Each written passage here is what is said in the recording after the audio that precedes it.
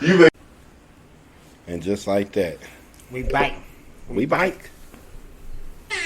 Hey man, like I told y'all, we was gonna go ahead, keep it funky, and bring us in a special guest. My boy E. What's up, E? What's going on with you? Man, look here, man. Look here, bro.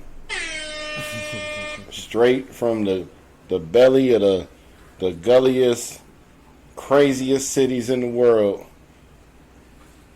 Talk to us, man. How are you? Oh, man, I'm good, man. Good, man. Shout out New York. Shout out Patterson, New Jersey. Man, everything's blessed.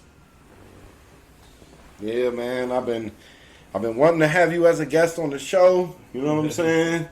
And it just so happened that this old freaky ass boy showed up for episode 69 of Statz and Factz.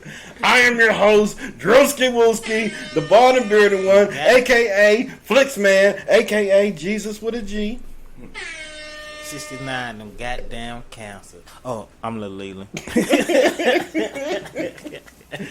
Oh, man. Yes, man. We got family in the building here with us for episode 69 of Statz and Factz. The greatest, most fun, the loosest, fucking craziest podcast in the world is right here. Shout out to you if you're watching right now. Flames, W's, all of that in the chat just to get us interactive with these algae rhythms. So, before we get started, how was your guys' week? And tell us a little bit about yourself. E, why don't you tell us? You can start by just telling us about yourself. Tell the people who you are, you know what I'm saying, where you from and all that good shit before we get started. Oh, man. Well, you know, Drew is like fam. That's like my cousin. So that's how I know Drew.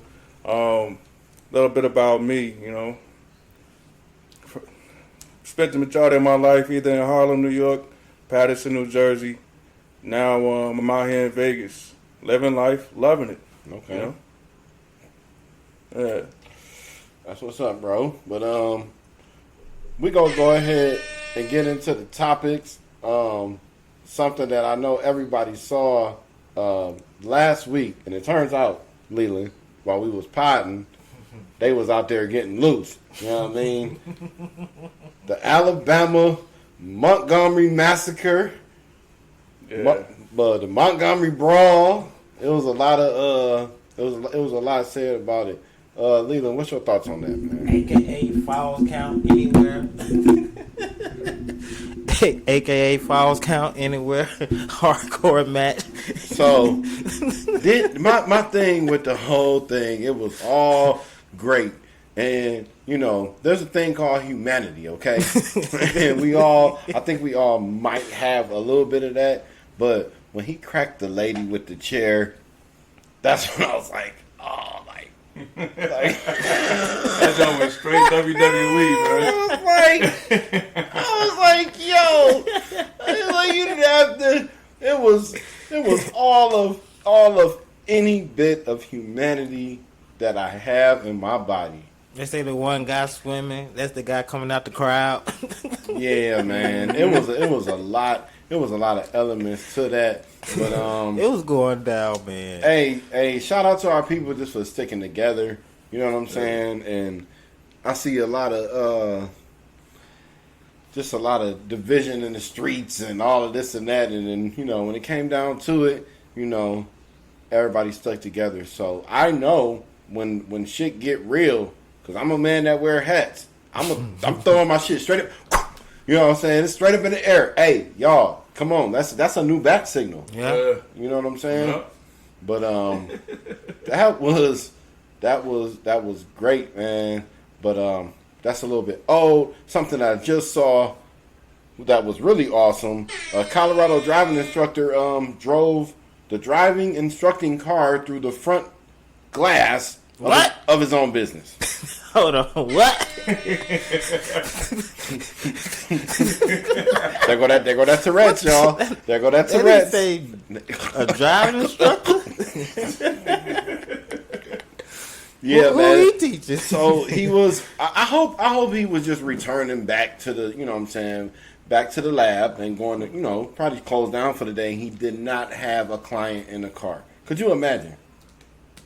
Yeah, that'd be wild. That's crazy. Yeah, that right there. And I just saw that and I said, damn. I said, like, just all his credibility, like his whole business. Like he didn't. Yeah. He's not a driving instructor that got caught doing something that don't got nothing to do with driving. Let's just put it like that. Oh, his whole profession is done. He's done. He could probably find something else to do. Yeah, but not that profession. You can't teach people how to drive when you driving cars through buildings. Well, it depends on, was he under influence? Was he sleepy at the wheel? Like, Yeah, I mean, you drive for a profession, right. so you kind of that's like right up there with in your ballpark. But it's a harsh penalty, though. So what you do? Like, what do you do when you honestly feel tired? You supposed to just pull over and go to sleep, no matter what. Yeah, because you've been on like If you over the road, cross country trips. Yeah, if you over the road, they tell you to pull that truck over and go to sleep. Like, find the nearest truck stop and go to sleep. Like, do not take energy drinks and all that type of stuff what people use to keep themselves up. Nah, because it gonna make you crash harder, actually. Mm-hmm. Yeah, that was that was crazy. When you driving for a long period of time, you seem to get in the trend because you're not rotating your eyes as much to to keep your attention. So that trans, boy, then you got some music playing, you zoning everything out, you start getting that tunnel vision. Mm-hmm. Next thing you know, you off on the side of the road, you hitting something. Yeah, well, that was definitely some good, funny news. Just on the shout out side, probably the reason why we all dress and talk the way that we do. Probably the reason that we are so talented the way we are. Shout out to hip hop as a whole. 50 years of hip hop. Talk to me, y'all. Yeah, man, I gotta salute that. And I say that out loud. And what kind of feeling y'all get from that? Oh man, It's my life. yeah, you said it best when you first introduced the topic, man. Yo, hip hop is culture. Hip hop is everything that we pretty much live and breathe, and it's not just us now. Hip hop has taken over the world. Yeah. In so many different venues. You can't find one venue that hip hop hadn't even touched just a little bit. Mm-hmm. That's heavy right there because you start thinking about it like, no, it's everywhere. I like that. Even sportscasting now. Oh yeah, and sportscasting. It's made it to ESPN. Skip Bayless trying to start up a new series with Wayne. Did you hear about that? Yeah. I heard. On the side note, just because he just said that, I heard that Richard Sherman is locked in to replace Shannon Sharp. Leland said it. It was in the news, but he was saying that would be a good choice. I was objective, whatever the hell, to that point of view because, sorry y'all, got my mic cord there, but yeah. I just didn't. I don't know. But yeah, hip hop is everywhere. Hey, homeboy on SportsCenter said pause. You know what I'm saying? It was probably a couple years ago. Yeah. You know what I'm saying? Uh-huh. But I don't know if pause is hip hop, but I just thought that was very interesting. And I couldn't go and find that anywhere, even on the crazy NBA memes, trying to see all the crazy shit that they be saying. When you get Joe making the Sports Center, yeah, hip hop made it. Mm-hmm. When they do a segment on the terminology of Joe from Chicago, yeah. Come on now. Yeah. Come on now. Hip hop is everywhere. Started off in the streets of Brooklyn, streets of the Bronx, pardon me. So what is if you could just kind of just tell us just kind of briefly, both of y'all, what is your favorite either element or give me kind of like your favorite song? What part of hip hop was most influential on y'all? To me, I think it's just mostly the music and So give me one particular song that hit your soul every time you listen to it.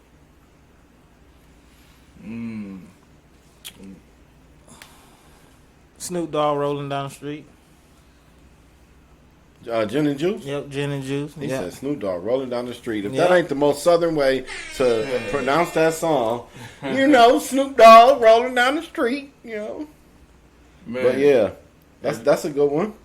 Like, you coming to me, man, it depends on, man. Like, I've been listening so long and did research even when I was young and still can relate. Man, I like songs that hit the soul. Music that, speak to experiences that I lived in. Mhm. And one of them that I could think of right off the bat, only because they just made a whack track, this record, is Melly Mel, The Message. Oh, wow! You took it far. When you said a whack this track, my brain was like, and that's the one he dissing Eminem. Yeah, that joint is trash, man. He should have did that, man. He messing his whole career up with that. Why they playing with that white boy? yeah. Why But, are they playing with that monster from 8 Mile? for me, I would have to say Outkast and Bombs Over Baghdad, because like it was a lot of elements to that song, and it was like the beat was so like it made you do like like when you see like that hyphy movement, it's like all that fast movement that is cool. We like shit like that. We want that twitching, that pop locking. You know what I'm saying? Yeah. It'll bring all of that style of dance out. The lyrics are very impactful to me. You know what I'm saying? Because he's telling these young dudes even back then, don't pull that thing out unless you plan to bang. You know what I'm saying? And we probably seen a lot of these young dudes that get themselves in situations and they pull it and they ain't ready and and it end up being their time. But I think that was the first song, and then still I can still sit back and be like, damn, no, that song, But I'm more of an R&B dude. I'll listen to some damn Snow Allegra, before I listen to Pooh Shiesty. So out of the last 50 years, give me your top 5 R&B songs. Then. my top 5 R&B songs in the last 50 years, or my whole life, because I'm only 40 years old. No particular order. Jodeci, Stay. That's a good one. Shy, If I Ever Fall in Love. That's a good one. Summer Rain, Carl Thomas.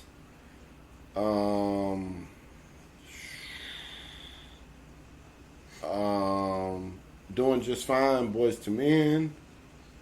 And one more that I'm just going to throw in there.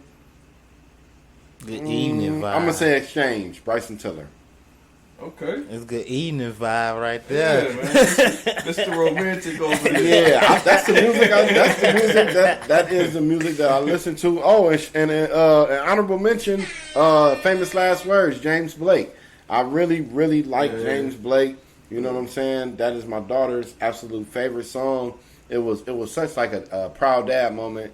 I had a new James Blake song. I'm at work. I'm listening to it. So I just shared it, via message with my daughter, and she got it. And she asked me first. She said, "What is this?" I said, "It's a song. It's a James Blake song." So now she went and listened to it, and then she hit me back and said, "Oh, I like that." So it was just like that. That connection that I know that I have with her with music, and it's really fun. I really like that. Good. Dope. Speaking of little girls, Rihanna just had her second baby. It was a baby girl. I don't know her name, so I can't really get on here and tell y'all that. But Congratulations to Rihanna and ASAP. That is a very healthy thing y'all doing over there. Got y'all little kids going on. You know what I'm saying? It's the family. Mm-hmm. And you can see that that's really what they're focused on right now, building their legacy and just keeping everything going. So I dig it, man. They blessed. Yeah, man, I dig it, man. shout out to them, man. Shout out to Rihanna. Shout out to them. Shout out to ASAP. We need to see I'm more gonna clap stuff it like up that. because For it's real. you know what I'm saying. We really do another need to little see more another things little like life that. born. I Yeah. like shit like that. Because we had that one story that came across our feeds this week. I'm pretty sure y'all saw the lady. The baby was decapitated during birth by the doctor, and that was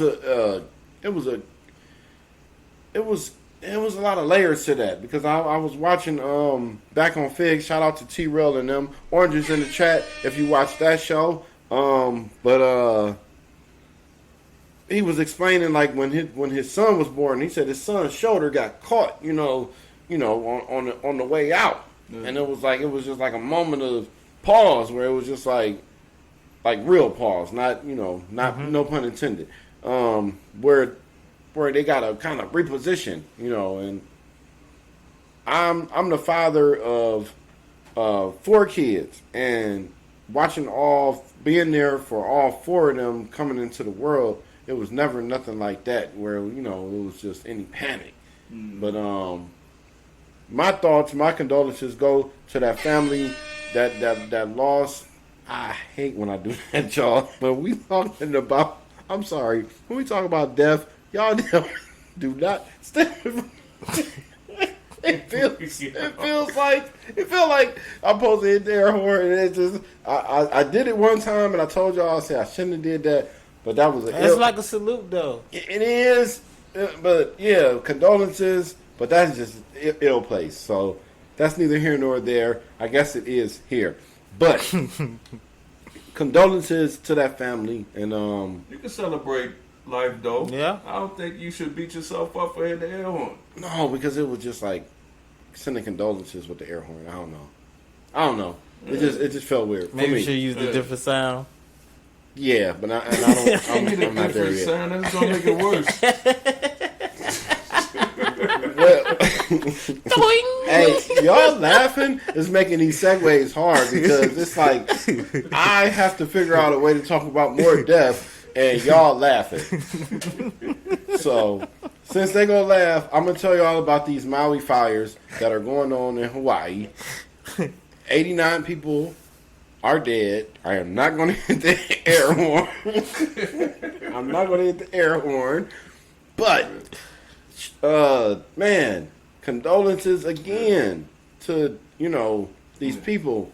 And I'm hearing that they're jumping into the water and having to stay in the water for 8 hours to get away from the fire. That's got to be rough to step outside your yard and you just see a blaze of fire just coming towards your way. Like my condolences are to the people of Hawaii. They're going through a lot right now. The fires is out there. It's spread a whole lot worse because they got the hurricane right off the coast. Prayers to everybody that's going through that experience. I know it's rough right now. Yeah, man, that element added. You know what I hate? This is what really grinds my gears. I hate perfect storms. And you know what? I hate them on all levels. I hate them to the fact that I don't know if y'all have this problem, and if I'm the only person in the world that has this problem, ignore this segment. But we're going to go from elements of perfect storms. I notice that when I'm at work, when I'm at home, when I'm anywhere, if I use both of my hands to hold something, all of a sudden my pants are heavier than usual and they start to sag more. And I'm like, am I going through the day just pulling my pants up, or is it just the fact that both of my hands are being used right now and I can't get to it? It's the weirdest shit. Anybody else have that problem? no. Okay. My belts are good, man. Oh, man. You both his hands. Yeah, because like you'll be holding something. You're like holding let's say like a fucking big ass crock pot, right? A big ass box. You got a big ass box, whatever the fuck it is. Soon as both hands hit the box, it feels like your pants know, like, oh, he can't pull us up right now, so we're gonna slide. Where you you buy your pants from? They're the same. They're the same pants. Oh man. Okay, I told y'all. If you have this problem, Hey, man, put it in the comments. look optimistically, man. Maybe you losing a little bit of weight. I'm You know not what I mean? losing. I'm not. My weight not fluctuating to the fact that if my hands are empty, then my pants aren't sliding. So only when you weird. have two, not Bruh, when you just have one. I get the groceries out the car, right? I'll get the groceries out the car. I'm walking to the car. I want to go 6 bags. You know what I'm saying? Maybe 7 bags. Boom. Walking in. Maybe a case of water under the arm. Oh, don't throw nothing. Don't think you about to, you have to walk different. Oh, you're Macho man. You about to hit the duck waddle? bruh. Then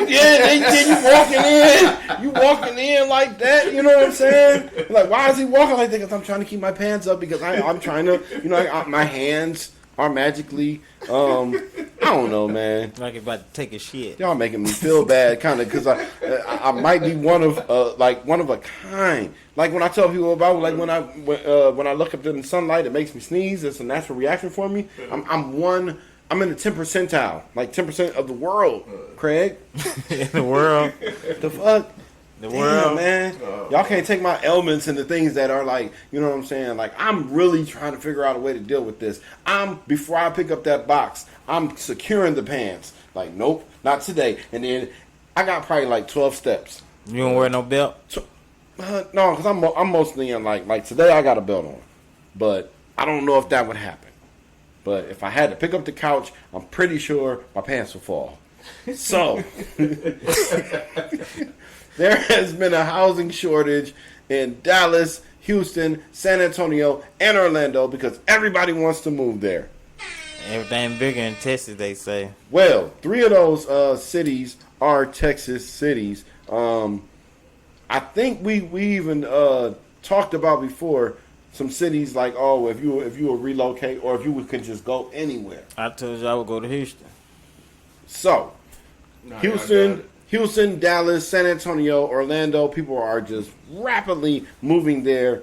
I remember when that happened here, or was happening here, this was probably around the year 2000. It was probably around there.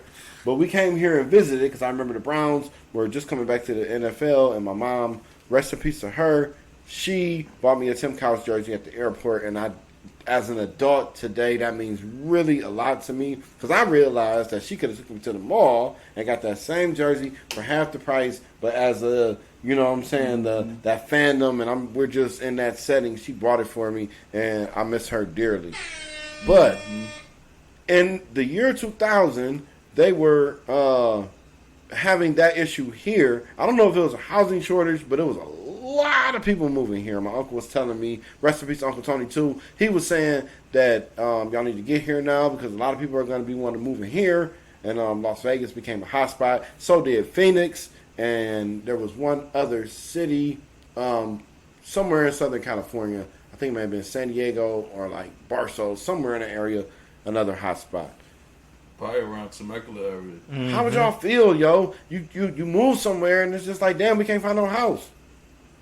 Like, you got to get the crib before you go. I say Exactly. do your research, man. Yeah. You got to do your research before you just pick up and just go. Yeah, So because that's you- what a lot of people move Yeah. like that. They But- take pride in that. But sometimes your job requires you to move that fast.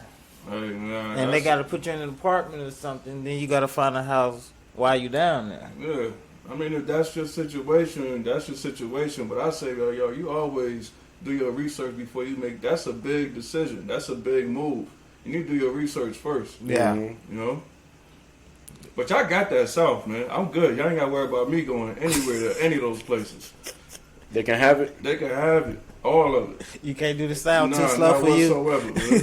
You see that shit with the whole damn Montgomery. That's why it's on. You think I'm going down there for a brawl? I'm good. Shit ain't sweet down there what people think it is. Man, Yeah, shoot, man. That was build up, man. That whole brawl was build up. Hey, speaking of which, speaking of the South, they say the crocodiles are attracted to baby crying. Man, So- gobble. And they roll up on the block. There's research showing that crocodiles are attracted to that sound sonically. I'm gonna tell you, I'm going to get out of the South as fast as Sonic in that instance, because that is not cool. That is not cool at all. Hey, guess what, though? You said Orlando is part of the housing shortage? Yes. Get a crocodiles a minute. He going to clean it up. Oh!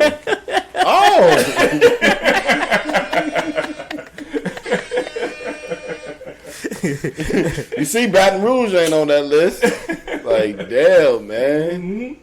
But yeah, man, this has been a very, very fun, special episode. I've been glad to bring this to y'all. I really want to just take a minute to tell y'all that I'm motivated by bringing these shows to y'all. I love the hell out of Leland, man. He sit down here with me every goddamn Sunday. Yes, you know what I'm sir. saying? And we bring y'all what we think is the best content in the world. Shout out to my cousin E for coming and sitting down with us. For real. You know what I'm saying? Our first guest. Yeah, but like I said, man, Freaky Boy had to wait till episode 69. You know what I'm saying? Man, you know, that's a good number for the kid, man. Yeah. Easy. Hey. You gotta make your mark on our board, on our signing board. Oh, yeah, man. He definitely has to sign the board. Thank you, Lil Leland, for saying that. We're probably going to just put that on the end of the episode. But like I like to say, it's been fun. But it's time for Andrea's son to run. Remember, cleanliness travels like defense. Pop you a Advil, get you some Tylenol. Y'all know I like to do shrooms. I've been heavy on those lately. Them trips. Hey, and you know what? Sundays are made for cooking. They say, Go are ahead. you ready? Every Are you time, ready? every time y'all fall through here, I'm gonna be cooking something good because I love my family. I love my girl, babe. Shout out to you. Thank you for having my back on every single episode. Thank you for helping me set up all this equipment and, you know what I'm saying, just going through the ring with me, and I love you to death for that. But like I said, I'm Andrea's son, Drowski Wooski, a.k.a. Jesus with a G. Shit. What to do, man? Little Leland. And we out, y'all.